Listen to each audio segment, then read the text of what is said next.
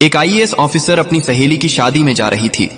उसने आम लड़की की तरह कपड़े पहने हुए थे, ना कोई सरकारी गाड़ी ना कोई सुरक्षा, बस एक आम लड़की की तरह मोटरसाइकिल चला रही थी। जब वह रणनगर शहर के पास पहुंची तो आगे एक पुलिस चेक पोस्ट दिखाई दिया। वहां 3-4 पुलिसकर्मी चेक पोस्ट के बाहर सड़क पर खड़े थे। उनके बीच में इंस्पेक्टर रुद्रभान सिंह अपनी वर्दी में खड़ा, और ये सब एक बहाना है। उसने कहा, सर मैंने कोई कानून नहीं तोड़ा है। ओ मैडम, हमें कानून मत सिखाओ, रुद्रभान सिंह झल्ला कर बोला। उसने पास खड़े एक कांस्टेबल की तरफ देखा, फिर प्रिया की ओर मुड़कर कहा, इसे सबक सिखाना होगा।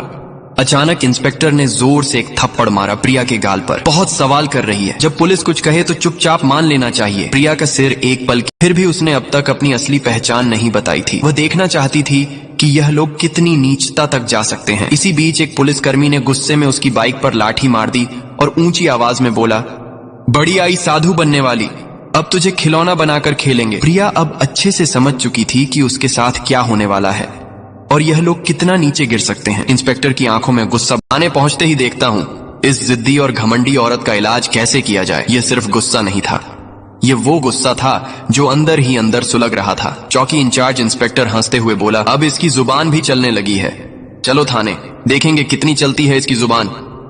थाने में घुसते ही इंस्पेक्टर जोर से चिल्लाया, ओए कहां गए सब, चाय पानी लगाओ जल्दी। आज पूछा, नाम क्या है, कहां रहती है, किसकी बेटी है। प्रिया चुप रही। फिर इंस्पेक्टर बोला, सुनाई नहीं देता, नाम क्या है तेरा। लेकिन प्रिया की चुप्पी अब भी पत्थर की दीवार जैसी अडिग। तभी इंस्पेक्टर ने जोर से मेज पर हाथ मारा, इतनी जोर से कि आवाज पूरे थाने में गूंज उठी। फिर गुस्से से चिल्लाया, सुनाई नहीं देता, नाम। उस कोठरी के कोने में बैठी थी, सब कुछ देख रही थी, सुन रही थी और हर एक हरकत को समझ रही थी। उधर इंस्पेक्टर रुद्रभान सिंह एक झूठी रिपोर्ट बना रहा था। उसने आदेश दिया, इसके ऊपर चोरी और ब्लैकमेलिंग का केस ठोक दो, और फाइल पर हाथ मारते हुए बोला, चलो जल्दी। एक कांस्टेबल ने हिचकते हुए पूछा, लेकिन सर बिना सबूत। रुद्रभान सिंह, उसका व्यवहार किसी आम महिला जैसा नहीं लग रहा था। उसने पूछा, इसका अपराध क्या है। रुद्रभान सिंह थोड़ा घबरा गया और बोला, अब सर चेकिंग में बदतमीजी कर रही थी। अब यशवंत को शक होने लगा। उसने प्रिया से सीधे पूछा, तुम्हारा नाम क्या है। प्रिया फिर भी चुप रही। रुद्रभान सिंह हंसते हुए बोला, देखिए सर, नाम भी नहीं बता रही है। अब यशवंत पूरी तरह सतर्क हो गया।